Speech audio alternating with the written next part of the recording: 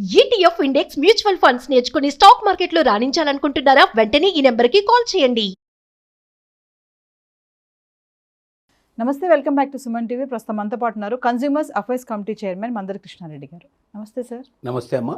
Sir, అంబర్పేటలో incident చూసుకుంటే wife and husband sex వర్కర్స్లా ఆన్లైన్లో దందా చేస్తున్నారు.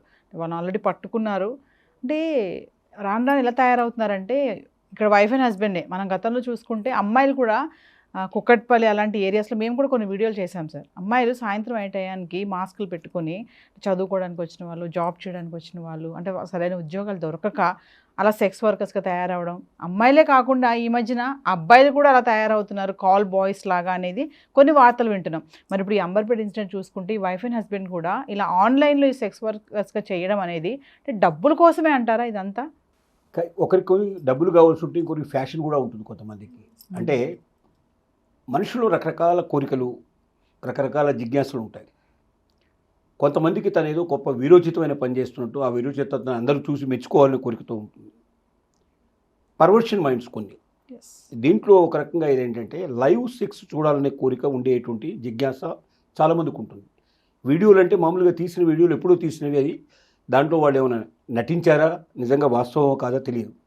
కానీ వాస్తవికంగా జరిగే దాంట్లోపల ఏంటంటే అదొక రకమైన ఆనందం ఉంటుందని కొంతమందికి ఆ రకమైన బలహీనతలు ఉండేవాళ్ళు ఉన్నారు. చాలామంది మగవాళ్ళలో ఆ బలహీనత చాలా ఎక్కువ మందికి ఉంటుంది. కొంతమంది ఆడవాళ్ళకు కూడా ఆ బలహీనత ఉండే అవకాశాలు ఉంటాయి. వీళ్ళ బలహీనత ఆసరా చేసుకొని డబ్బు సంపాదించడానికి ఇప్పుడు మామూలుగా ఏంటంటే సెక్స్ వర్కర్స్గా ఉంటే ఎక్కడైనా పోయి పోలీసులు పట్టుకోవడానికి అవకాశం ఉంది. తను భార్యాభర్తలు ఇద్దరు కలిసి ఒక శృంగారంలో పాల్గొన్నప్పుడు అది వేరే వాళ్ళకు చూపించుకుంటే అది తప్పు అని కానీ, అట్లాంటి నేరాలని కానీ ఇది ఇంతవరకు ఖచ్చితమైనటువంటి చట్టం దీనికోసం ప్రత్యేకంగా రాలేదు దీనికి.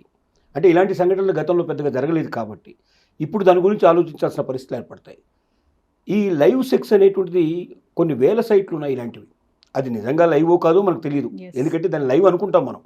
అది చూస్తే కానీ లైవ్ దాన్ని చూడాలనే కోరిక తక్షణం ఉండేటువంటి వాళ్ళని దృష్టిలో పెట్టుకొని అంబర్పేటలో ఒక భార్యాభర్తలు ఈ రకమైన పని చేస్తూ తమ ఇంట్లోనే చుట్టూ మ్యాట్స్ అన్నీ కట్టేసేసి బయట వాళ్ళకి ఏమీ తెలియకుండా ఉండి, అది ఒక కానిస్టేబుల్ ఇల్లు వాళ్ళు అద్దెకు తీసుకున్నది.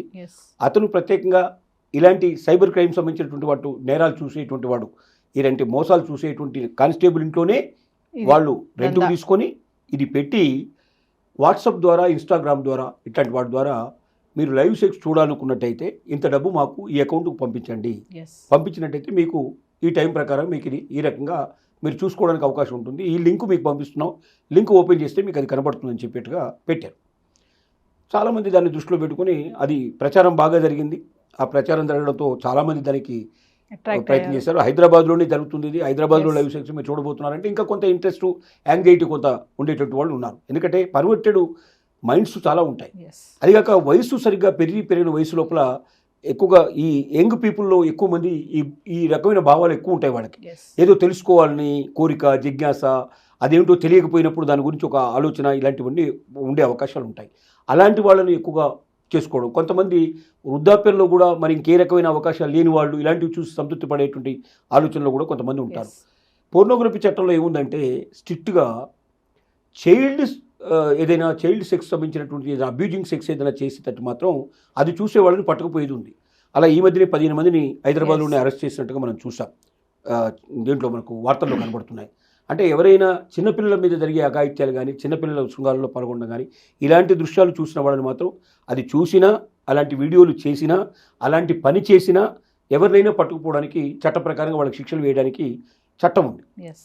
కానీ లైవ్ సెక్స్ చూడకూడదని కానీ, దాన్ని చూసినట్టయితే పట్టుకొని పోయి వాళ్ళని శిక్షిస్తామనేది కానీ మాత్రం ఇంతవరకు స్పష్టంగా లేదు. దాని గురించి పూర్తిగా అంటే దానికి ఇండైరెక్ట్గా కొన్ని చట్టాల్లో పెట్టొచ్చు కానీ డైరెక్ట్గా పెట్టడానికి చట్టం మాత్రం పర్ఫెక్ట్గా లేదు. ఐటీ చట్ట యాక్ట్, ఇట్లాంటి కొన్ని యాక్ట్ల కింద దాన్ని తీసుకోవచ్చు. అయితే ఇది ఎలా బయటపడిందంటే ఆ కానిస్టేబుల్కు ఆ చుట్టుపక్కల ఉండేవాళ్లే కొంతమంది ఎవరో ఇట్లా భార్యాభర్తలు ఇద్దరు వాళ్ళు ఇంట్లోనే చేస్తున్నారు, ఈ వీడియో చూడండి అని చెప్పి లైవ్ వీడియో వాళ్ళకి చూపించారు. చూపించినప్పుడు అది తన ఇల్లే అని తనకు అనుమానం వచ్చింది. అంటే ఎంత తల్లు కట్టినా ఇల్లు కట్టుకున్న వాడికి ఆ ఇల్లు ఎట్లా ఉంటుందో, ఆ గదులు ఎట్లా ఉంటాయో వాడికి తెలుసు కాబట్టి దానికి కొంత అనుమానం వచ్చి తను దీని గురించి ఎంక్వైరీ చేస్తే అది కరెక్టే అని చెప్పి బయటపడింది సంగతి. ఆ తర్వాత దాని గురించి పోలీసులకు ఇన్ఫర్మేషన్ ఇవ్వడం, పోలీసులు దాన్ని తీసుకోవడం, ఐటీ చట్టం కింద బుక్ చేయడం, ఎంక్వైరీ చేస్తున్నారు. అసలు వీళ్ళిద్దరే ఉన్నారా దీని వెనుక, ఇంకా ఏదైనా ఉన్నారా? పెద్ద కంపెనీలు వాళ్ళు? ఎందుకంటే వీళ్ళిద్దరే ఇంత కెమెరాలు పెట్టుకొని ఇదంతా పెట్టుకొని ఇన్స్టాగ్రామ్, వాట్సాప్ ద్వారా అందరినీ కాంటాక్ట్ చేసేంత తెలివితేటలు ఉన్నట్టుగా కనబడలేదు వాళ్ళని చూస్తే. వాళ్ళు వేరే వాళ్ళ చేతుల్లో పావుల్లాగా ఉపయోగపడుతున్నట్టుగా Yes. కనబడుతున్నారు. ఏది ఏమైనప్పటికీ ఇలాంటి కూడా నేరాలు జరుగుతున్నాయని చూపించడానికి వీళ్ళు తెలుగు వాళ్ళలా కనబడటలేదు, ఎక్కువగా నార్త్ ఇండియా నుంచి వచ్చిన వాళ్ళలా కనబడుతున్నారు. ఇది దీంట్లో వాళ్ళు ప్రత్యేకంగా చూసిన విషయం. Yes. ఇక హైదరాబాద్ పరిస్థితిని దృష్టిలో పెట్టుకుని మనం చూసినట్టయితే ఆడపిల్లలకు ఎప్పటి నుంచో చదువుకుంటున్నటువంటి ఆడపిల్లలు కూడా వాళ్ళకి ఫీజులు లేక, వాళ్ళకి బుక్స్ లేక, కొంతమంది ఇవి ఉన్నా కూడా కోసం. లగ్జరీగా జీవితం గడపాలనే Yes. కోరిక, కాంక్ష ఉండేటువంటి వాళ్ళు, ఏముంది మ్యారేజ్ కన్నా ముందర మగవాళ్ళు మాత్రం నిజాయితీగా ఉంటున్నారా, వాళ్ళలో ఎక్కువ శాతం ముందుగానే అన్నీ చూసేస్తున్నారు కదా, మేము చూస్తే తప్పేమిటి, మేము చేస్తే తప్పేమిటి అనేటువంటి ఆలోచనకు వాళ్ళు రావడం జరిగింది.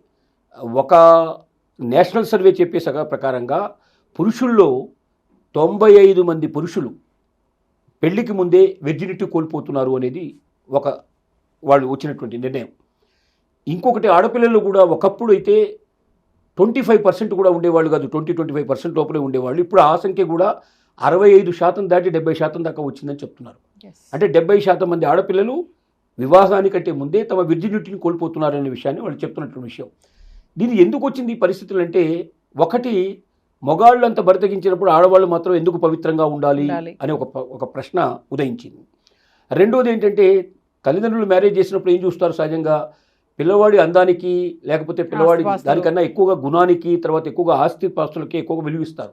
ఎందుకంటే స్థిరంగా ఉండే జీవితం కావాలి, రేపొద్దున ఎక్కడికి భర్త చనిపోయినా కూడా నా బిడ్డ అనాథ కాకూడదు, రోడ్డు మీద పడకూడదు అనేటువంటి దృక్పథంతో ఎక్కువ ఆలోచిస్తారు. కానీ మనసుకు నచ్చిన వాళ్ళ కాదా అని కాదు, ప్రేమించిన వాళ్ళకి అసలు పెళ్లి చేసే అవకాశాలు లేవు. ఎంతో మంది ప్రేమించే వాళ్ళు చూస్తున్నాం మనం, ఎన్నో మనకు రకరకాలుగా చావులు మనం చూస్తున్నాం. సొంత తల్లిదండ్రులే బిడ్డల్ని నిలువున చంపేసినటువంటి పరిస్థితులు మనం చూసాం.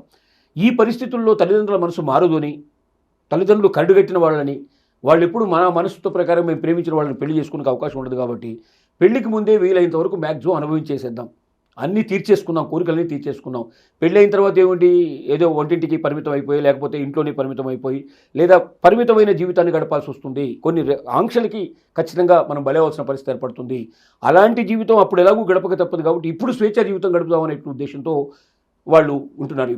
ఒక అనధికారిక సమాచారం ప్రకారంగా హైదరాబాదులో 1,00,000 కపుల్స్, ఐటీ రంగానికి సంబంధించిన వాళ్ళు, తర్వాత ఎక్కువ ఉద్యోగాలు చేసేవాళ్ళు, ఎక్కువ ఆర్థికంగా సంపాదించేవాళ్ళు, మనకు ఎక్కువగా ఫైనాన్షియల్ డిస్ట్రిక్ట్స్లో, తర్వాత మనకు ఎక్కువగా ఇటు హైటెక్ సిటీ లోపల మ్యాక్సిమం పీపుల్ ఉన్నారని, వాళ్ళు ఇల్లు తీసుకునే అద్దెకి, ఎందుకంటే అక్కడ కాస్ట్ అద్దె చాలా ఎక్కువ. ఒక 50,000 లేకుండా మీకు మినిమం డబుల్ బెడ్రూమ్ వచ్చే పొజిషన్ లేదు అక్కడ. 50,000, 70,000 రూపాయలు ఒక డబుల్ బెడ్రూమ్కే పెడితే మళ్ళీ భోజనానికి కావాల్సిన ఖర్చులు, మిగతా ఎక్స్పెండిచర్ అంతా కూడా తీసుకుంటే 1,00,000 రూపాయలు దాటుతుంది. ఒక వ్యక్తి ఇదంతా భరించడం చాలా కష్టం. కాబట్టి ఏం చేస్తున్నా అంటే, 2, 3, 4 అట్లా ఇద్దరు ఆడపిల్లలు, ఒక మగపిల్లవాడు, 2 మగపిల్లలు, ఒక ఆడపిల్ల, ఇలాగ కూడా కలిసి ఉంటున్నటువంటి పరిస్థితి. కలిసి ఉండటమే కాకుండా వాళ్ళ జీవితంలో అన్ని పంచుకుంటున్నారని కూడా మనకు అర్థమవుతుంది. ఇది వార్త అనధికారిక సమాచారమైనా చాలామందికి ఈ విషయాలు తెలుసు. అందరికీ తెలిసిన ఈ విషయాలు ఎందుకు బయటికి రావంటే, ఎవడి జీవితం వాడిది, మనకెందుకు వచ్చిన గోలని ప్రతివాడు దాని గురించి పట్టించుకోవడం మానేశాడు. ఇలాంటి భయంకరమైన పరిస్థితులు జరుగుతున్నాయి. దీనికంతా ఏమిటంటే, తల్లిదండ్రులలో మార్పు కూడా రావాల్సిన అవసరం ఉంది.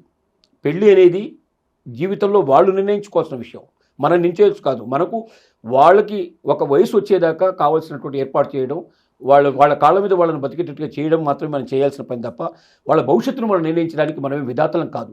కాబట్టి వాళ్ళ కోరిక, వాళ్ళ కాంక్షల తరపున ముందు పంపించడమే. ఎందుకంటే అది కాదని చెప్పినప్పుడు ఏమవుతుందంటే, ఎలాగూ జీవితం నరకం చేసుకోబోతున్నారు. దానికన్నా ఆ నరకం ఏందో వాళ్ళు స్వయం కృతాపరంగా, మనం చేసిన తప్పు వల్ల కాకుండా వాళ్ళ తప్పు వల్ల నరకం చేసుకుంటా అనే విషయం తెలిసినప్పుడు, ఏదైనా ఒక రోజున మారి వెనకన్నా రావాలి, లేకపోతే వాళ్ళ జీవితం వాళ్ళని అనుభవిస్తారు. అంతకన్నా మనం ఏం చేయలేము. పిల్లల్ని కనగలం తప్ప వాళ్ళ రాతల్ని మనం కనలేము. కాబట్టి మనం చేసే బలవంతంగా పరిస్థితులకు ఇవాళ సమాజం ఇట్లా బలైపోతుంది. దీనివల్లే ఇట్లాంటి వికృతమైనటువంటి ఆలోచనలు, వికృతమైన చేష్టలు వస్తున్నాయి. తత్ఫలితంగానే ఇవాళ హైదరాబాద్లో మనం ఈ సంఘటన జరిగింది. హైదరాబాద్లోనే కాదు, ఇది ప్రపంచవ్యాప్తంగా జరుగుతోంది. మీరు వెబ్సైట్లు ఓపెన్ చేస్తే కొన్ని వేల సైట్లు మనకు కనబడతాయి. ఇవి మీరు లైవ్ సెక్స్ అని చెప్పి వెబ్సైట్లో కొడితే కావాల్సినవి వస్తాయి. అంటే ఏంటంటే, అది లైవో కాదో భగవంతుడు తెలుసు, మనకు తెలియదు సంగతి. కానీ అలాంటిది ఏదో చూస్తున్నామన్న భ్రమలో వీళ్ళు ఏదో ఒక ఆనందాన్ని అనుభవించే ప్రయత్నం చేస్తూ ఉన్నారు. ఇది జరుగుతున్న విషయం.